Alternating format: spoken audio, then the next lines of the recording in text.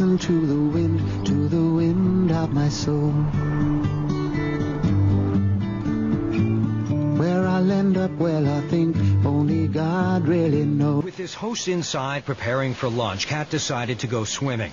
But just as he swam beyond the surf, he was caught in a current and pulled out to sea. Suddenly I realized that I was fighting the ocean, and the tide was going that way, and I wasn't getting any closer. The fear of death struck me, and I suddenly held myself and I said, "Oh God, if you save me, I'll work for you."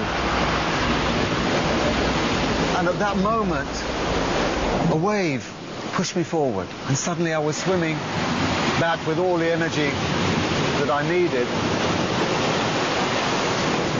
and I was back on land. I was just grateful to still be here, because I was a lover of life, you know, and I still hadn't worked it out, and now I was given a chance, second chance. Miles from nowhere, yes, I'll take my time. Oh yeah, to reach there. He just traveled to Jerusalem, and I suppose it was a mini sort of spiritual journey for him, but it's amazing that he discovered another religion. I kind of almost tripped into it by going to the Dome on the Rock, which is the mosque there. I gave my brother the Quran because I felt there was something very special in the religion of Islam. He sat there and he read this thing, and he doesn't do anything lightheartedly. And what he discovered in the Quran is a faith that he says is more familiar than foreign. Cat was learning that, like Christians and Jews, When I first started reading the Quran, it wasn't a sudden, you know, bursting light. It wasn't like that. But it was, in a way, an immediate revelation that the first name that I read in the Quran was God's name. You know, I never knew that Muslims believed in God. One of the things that really surprised me, which made me feel very at home, was finding the names of all the prophets that I've read in the Bible. For the next year, Cat Stevens privately studied the Quran. Unlike his earlier explorations, this spiritual journey was one he seemed intent on completing. Come on now, it's freedom calling. Come on over and find yourself. To me, it was just a new awakening. And things which I've been writing about, you know, come on now, it's freedom calling. Come on over and find yourself. You know, I was now saying to myself, well, perhaps I'm being confronted with something that I didn't expect to find in my lifetime. You know, possibly the truth. Inspired by the Quran, Cat Stevens was gradually moving toward the Islamic faith. In early 1977, his spiritual journey continued when he traveled to Jerusalem.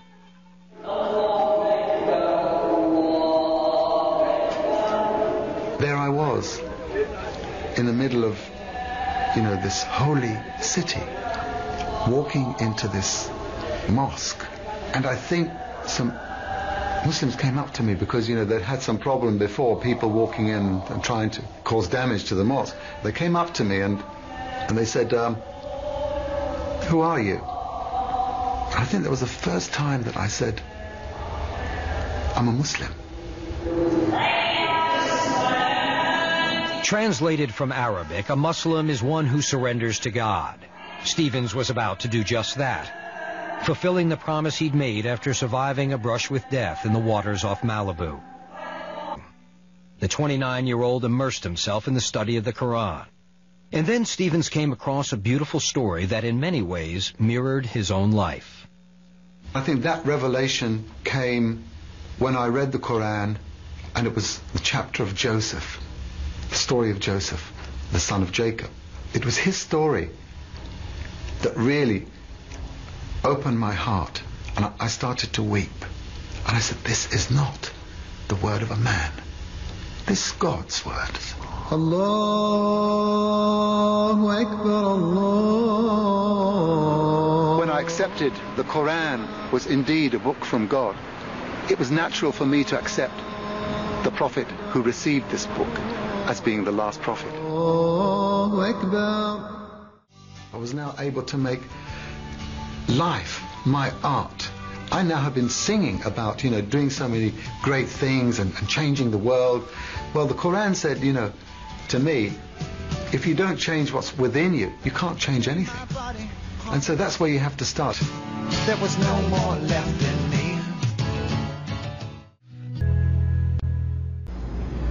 بسم الله الرحمن الرحيم أفغير دين الله يبغون. It's a wonderful experience. It's a wonderful road. I know we've come a long way. We're changing day to day.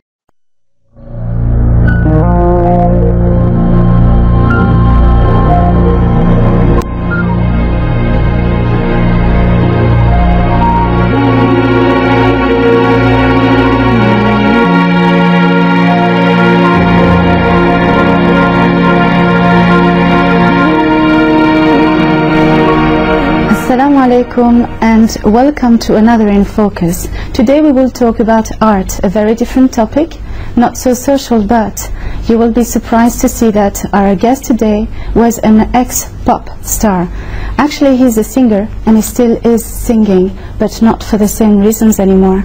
Are you getting curious? Then stay with us for the next half an hour, because we are today having Yusuf Islam, who used to be called Cat Stevens, in our studio. Most welcome. Assalamu alaikum wa rahmatullahi wa barakatuh. Assalamu wa rahmatullahi wa barakatuh. How are you doing, inshallah? Alhamdulillah. Barakallahu fiqh. We are very happy to have you here today. Thank you.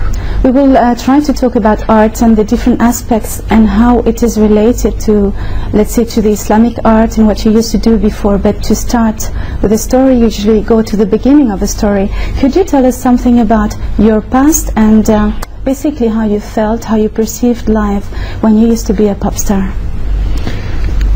Of course, my story has been told many times in different ways, but the main issue is that my life has been, before Islam, was a search. So whether it was my personal life or whether it was my artistic life, Yes. I was searching for peace. I was actually searching for big answers to life, and I was looking not just for external peace, but internal peace. Definitely. And so my songs, if people analyze my songs, you will find there are different types of songs. Some were social songs, some were love songs, because that's the business of the pop business. Yeah. But many songs were spiritual songs, or songs of searching, of looking at this universe and trying to make sense. Yes. And so therefore I would say that I was an artist, but I was mainly a seeking artist, who my art enabled me to search for through this universe, through what I see in the world, and looking for that peace, looking for that way of finding peace. Yeah, this is actually you said so many times the few words I was going to use in my next question, is that end of the 60s and beginning of the 70s all the way through, most people really in the search of love and peace. These were like, the two main words, especially in the younger generation, that people would use, and they would turn to so many different directions and different countries too, maybe India or some kind of Buddhist meditation, etc. Now the direction to find your peace and love you took was actually very different from the large majority of the people back in the UK at that time. Could you just tell us a word about basically your first contact with the Muslim community and how it affected your art? Well, really, I didn't contact the Muslim community until after I discovered Islam. MashaAllah. That's a strange story. Yeah. How do you discover Islam without meeting Muslims? Well, I discovered Islam by reading the Quran. MashaAllah. So I think I was very fortunate, because maybe someone who sees Muslims today, or comes into contact, and if they're not the right Muslim, there are many good Muslims, but if they meet the wrong kind of Muslim, maybe they will judge Islam by that. Definitely. I never had that chance. I went straight to the Quran, and from that I discovered the essence, what I believe to be the essence of the solutions which God has given us through this revelation, the Very Quran. true. MashaAllah. And of course the most important one is how to access or how to approach God. And if you look at other religions, you know, each one, there is something which, if you like, diverts one away from the pure devotion and worship the one God. And so Islam to me was the most perfect way to approach God without anybody or anything in between or diversions away from God himself. So that's what I discovered. After I was convinced that this is the right path, this is the only path, this is the straight path, then I became Muslim. How do you become Muslim? You know, you can't do it alone. You have to go to the mosque. Definitely. I went to the mosque, and that's where I first became introduced to the Muslim community. All right. And of course, after that became a process of learning. Many things happened. I was learning, listening, and then I found out that there was more than one school of thought. For instance, definitely. You know, there's not just one. Like list of rules, you know, there's Sharia has many branches. Yes. So that's when I discovered the kind of different opinions also within Islam. So you started your own search also, because if we see all the different currents, I think it's important to highlight this this issue, because a lot of the non-Muslims are really getting lost. They don't understand. They see a man with a beard, they see a look, and they think, well, look what Islam makes valid. So this is so important to hear the voice of those who were not Muslims and embrace Islam and start searching for the truth, because even if you become a Muslim, still there is so much to learn about the religion. That's true. I mean, at that point, of course, you're going to be tested. There's going to be lots of tests, and as you asked in your question, you know, how did it affect my art? Yes. Well, to be honest, when I read the Quran, there was no particular reference, no clear reference to music or music business, or, you know, although there was many references, of course, towards issues like vanity, towards you know, excessive luxury and overindulgence, greed, you know, and sex and all those kind of things, if you know what I mean. So there are guidelines regarding a way of life, but no specific reference to music. So then I found hadith and sayings of the Prophet, peace be upon him. They were more clear about this issue. Although at one point I was being told on the one hand that, you know, it is completely forbidden, and on the other hand I found that there was other opinions that there was some allowance, but within, you know, some restricted guidelines. Exactly. So anyway, at that point I didn't want to do anything wrong. I didn't want to risk, you know, my future. Yes. So I decided to leave everything until I had more knowledge, and that's what I did. So I sold my instruments, and at that point it was really a cut in relationship between myself and my past. And that's why I'm now today, for instance, looking at some of the old songs which I recorded, Peace Train, for instance. I mean, there's the message of Islam. Islam, the word comes from salam. Salam is peace. So it was already in my work, in my dreams, in my words, but I hadn't discovered it. Now that I look back at my songs, there are certain songs which quite clearly are halal, you know, no problem with those words. So I've now come to the point where I'm trying to reconnect with those people in the West who really honestly need to know something better about Islam. They need a better approach. So I'm now trying to get in contact with them through reproducing within Islamic guidelines good songs, good words and good rhythms, something they can be attracted to. And you did very well, mashallah. Let's have a look at what I would say a comparison of the before and after with that very same song. That would be interesting. Yes, and it's far from being boring, actually. Now I've been smiling, dreaming about the world's world, and I believe it could be. Someday it's going to come. The sound of the air's gone. The rise of peace train. Oh, peace train, take this country. Come take me home again. Thank you. And good night. I love you. You've been beautiful. Thank you.